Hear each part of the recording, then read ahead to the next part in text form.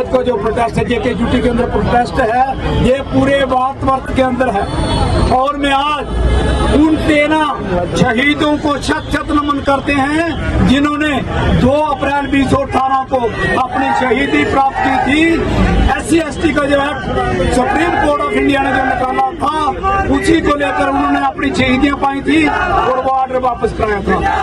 आज भी ये जो एडवाइजरी निकाली गई है कास्ट क्लासिफिकेशन के लिए, क्रीमी लेयर के लिए, उसी के अगेंस्ट आज का जो प्रोटेस्ट है। हम अपील करेंगे प्राइम मिनिस्टर ऑफ इंडिया से, प्रेसिडेंट ऑफ इंडिया से, स्पेशल सेशन बुला के कॉन्स्टिट्यूशन जो अमेंडमेंट है वो होनी चाहिए, ताकि ये जो हमारा ऑर्डर है, एडवाइजरी जो निकाली गई है, इसकी कॉन्स्टिट्यूशन अमेंडमेंट हो सके।